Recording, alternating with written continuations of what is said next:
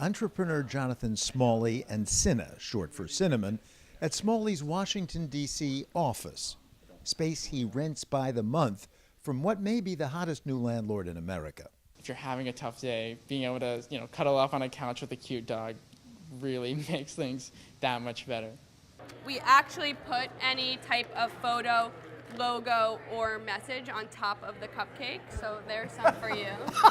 Lily Brines runs Lily Spots NYC, whose mini cupcakes can be topped with edible images of literally anything. This is edible, all Everything's edible. Bottoms up. You work out of this facility? We are e-commerce for now, and we are based here at WeWork on the second floor, and it's just our office. We have 2 kitchens, but we do all of the back-end work here. Developer of cloud-based math tutoring software Dave Jew has a Manhattan nook, too. They have really discovered the secret sauce on how to make this place feel hip, feel new, feel innovative. Having guests come in to this environment actually adds a real sense of, hey, we're a larger company than we actually are. These folks all rent office space from WeWork, co-founded by designer Miguel McKelvey in 2010.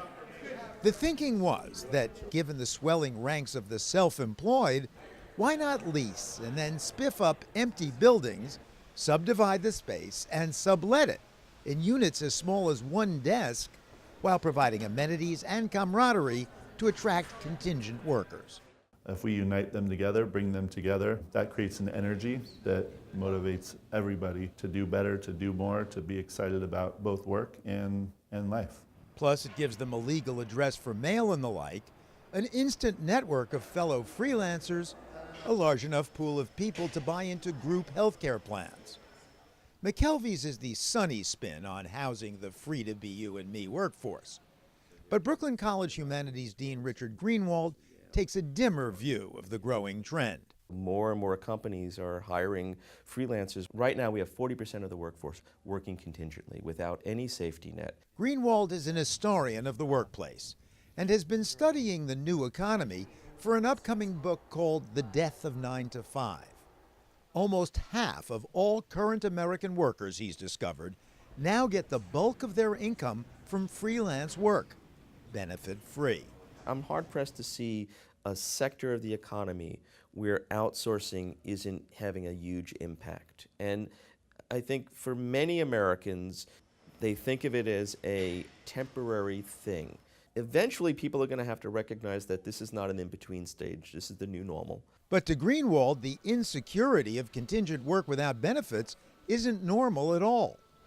The premise of WeWork, however, is that if outsourcing is inexorable, at least the outsourced have a cool and convenient place to set up shop.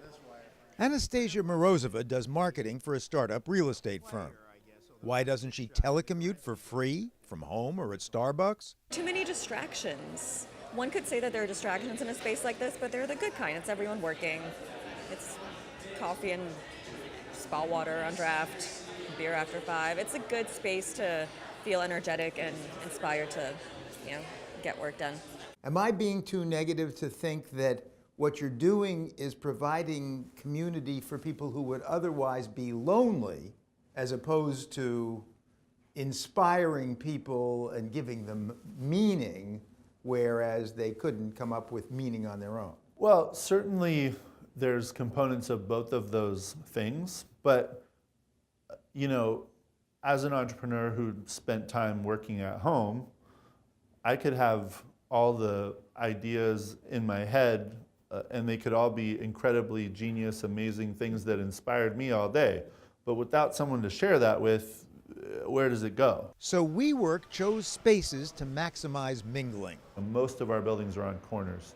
We choose buildings that have great daylight because that makes people feel good. And then McKelvey designed the spaces to further spur interaction. At the expense of convenience, will sometimes make people walk further, make people walk through a space in order to just potentially have the opportunity to just see more people doing different things. Maybe there's someone doing a whiskey tasting over there, or there's a cold brew thing here, or there's someone presenting on the screen over there. Maybe I'll take a minute and go check that out. And so glass-walled offices festooned with funky furniture, the inevitable ping pong table, foosball, a quiet room when it all becomes a bit much, free coffee all day, of course, and beer on tap at beer hour, which kicks off at 5 p.m.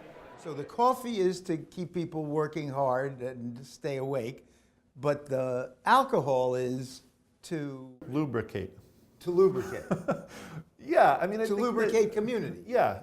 WeWork isn't the only firm housing the self-employed these days. Not long ago, I flailed away against real estate developer Ashish Dua of Acumen Capital, which buys and refurbishes manufacturing buildings like this former Pfizer pharmaceutical plant in Brooklyn.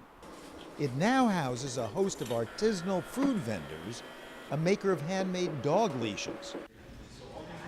But WeWork targets office workers, and it's a phenomenon, growing exponentially, 56 locations in 17 cities, as disparate as London and Tel Aviv.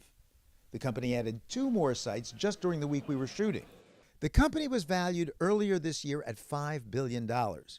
But within 6 months, the valuation doubled to $10 billion.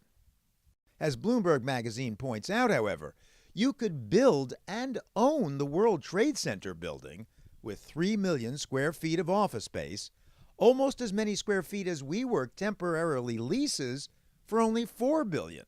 WeWork owns no space of its own and took out leases when rents were cheap. What happens to its costs when it has to renew in a hot rental market? What about collecting the rent, given the fact that most startups fail? In other words, a contingent workforce could be a problem for WeWork, and perhaps, says Professor Greenwald, for us all. If we're moving to this entrepreneurial utopia where everyone's their own boss, those who are lucky can be successful and march up the chain, but most of America is not going to be. And that's what I'm troubled by as this pattern continues. But for the moment, WeWork tenants like Lily Brines embrace the new freelance economy. Do you feel vulnerable being a member of the contingent workforce? That is, you're a freelancer. I don't necessarily feel vulnerable. If anything, I just try to capitalize on being around all of these other freelancers because my business is all edible marketing, and when you're in an environment full of companies and people looking to, gift people with unique things like this, it just always works in my advantage. So what's next for McKelvey and his team at WeWork? This building in Arlington, Virginia, is being repurposed for micro apartments, 360 square feet or less, with common kitchens and living space, branded as We Live. And a brand new WeWork space will be in the same building, a lot like a college dorm. In New York, New York, this is economics correspondent Paul Solman, still with a full-time job, reporting for the PBS NewsHour. Whoa.